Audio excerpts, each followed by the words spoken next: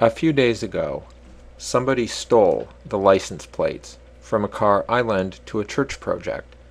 Whatever you think of cars, stealing someone's license plates is really inconsiderate.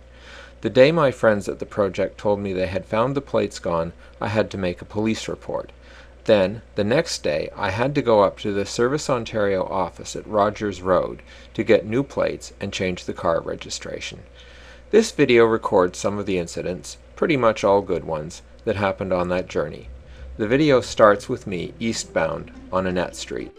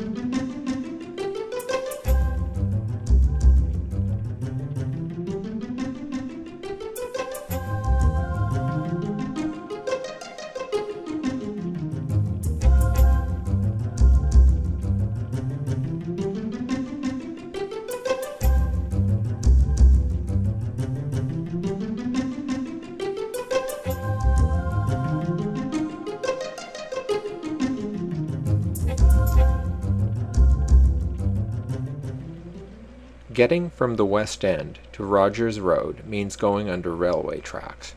In this case, I used the bicycle lanes under the tracks at Dupont Street. Recently, we have had indications that some people want to see the bike lanes on Dupont removed. This video footage should give you an idea of what that would mean. The Dundas Underpass is already a difficult place to ride or drive, with roads at all angles and very bad lighting. A cyclist died in this underpass before the construction of this lane, and if City Council removes it, they will put more cyclists at severe risk.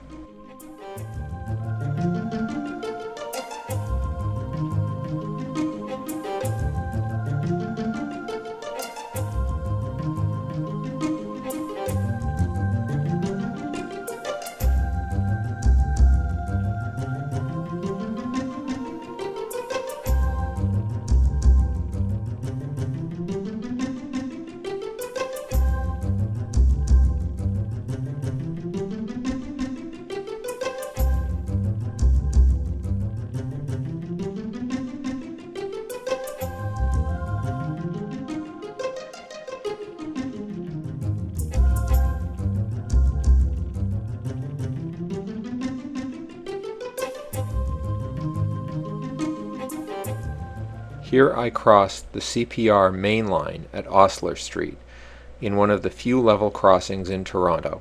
These three steel roads carry a large proportion of Canada's commerce. To my immediate left lies the West Toronto Diamond, a complex rail junction that gives Toronto's Junction neighbourhood its name.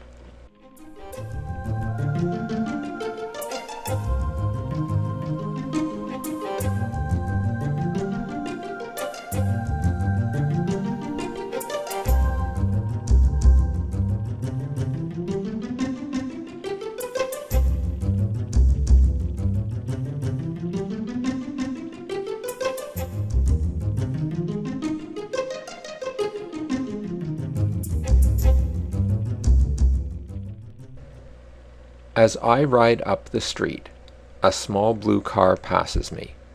That car will never quite get far enough ahead of me to stay out of sight, and I will catch up at the light. This happens to cyclists all the time, and motorists who complain about cyclists holding up traffic never quite seem to get the message. Cyclists don't hold you up. The complexity of road design holds you up. Traffic lights hold you up. The sheer mass of your car and everyone else's car holds you up. Passing a cyclist, whether you do it safely or dangerously, rarely gets you to your destination any faster.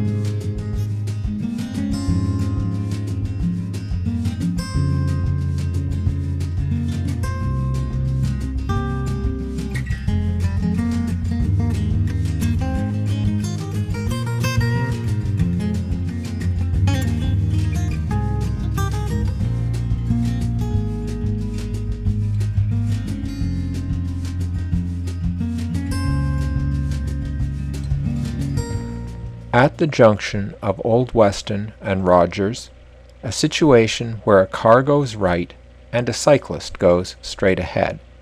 Since a vehicle can legally make a right on red, I turn out to the left side of the right lane to let the car behind me go. Note that the driver waves. Rude drivers, like bad cyclists, remain the exception on Toronto roads. And note that as soon as she's gone, I make sure the car coming behind her doesn't crowd me to the left.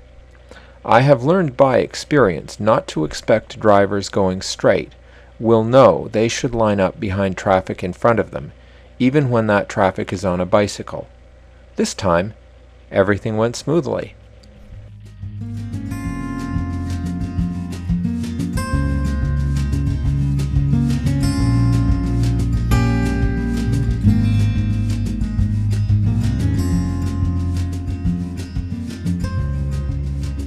You'll see the same van at several points in this part of the video. Nothing unsafe about his driving at all, just making the point that cyclist and motorist traffic in practice move at about the same speed. The momentary advantage a motor vehicle gets from gunning the engine, they lose at the first red light. I have a close yellow, enter on yellow, leave on the red. Not my best or favorite maneuver. And I have a left turn to make here. You'll see the left shoulder check, signal, double check, move. Just about like any road user.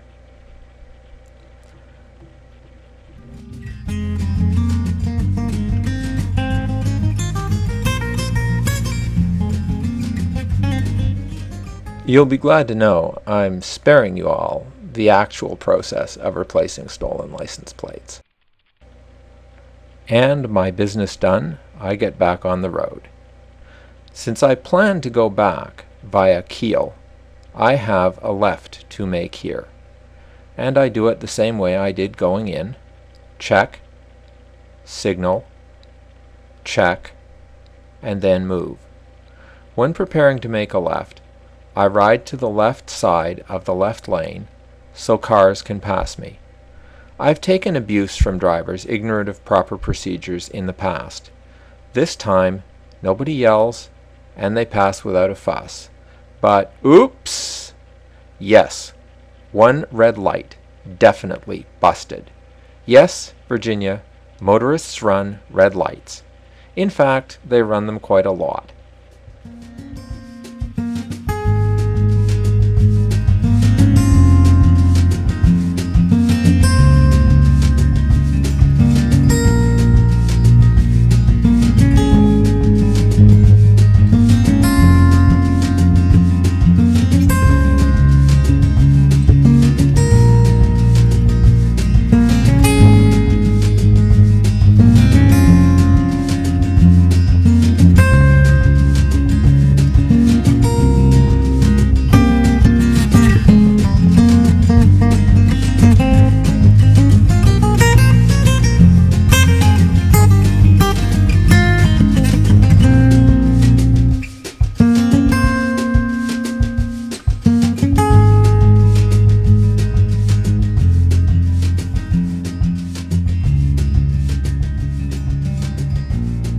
here I head for Canada's national institution, the Timmy's Stop.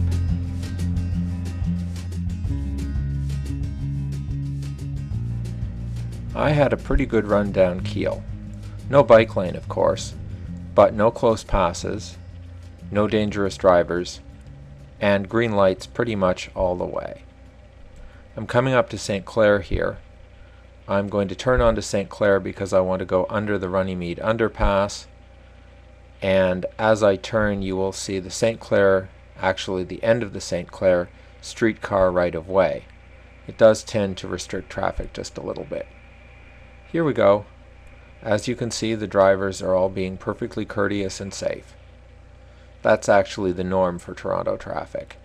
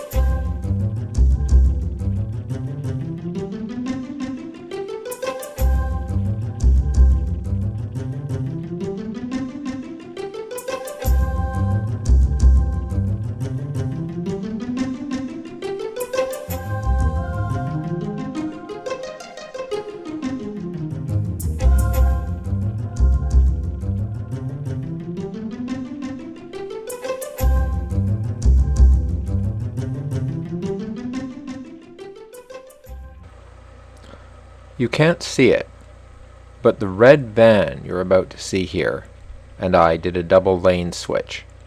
Just as I moved left, he moved right behind me. The hand gesture you're about to see is me saluting him for a maneuver well executed. And getting ready for the advanced green turn onto Runnymede.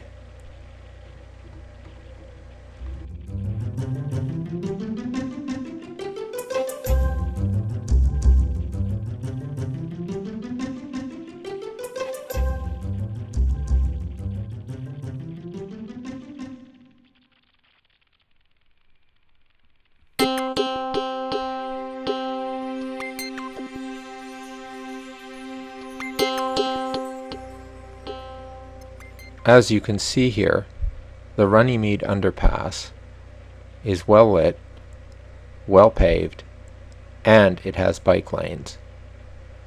This is about as safe as that particular inherently difficult piece of infrastructure ever gets. When railways, busy railways, have to cross roads, this is the best way to do it.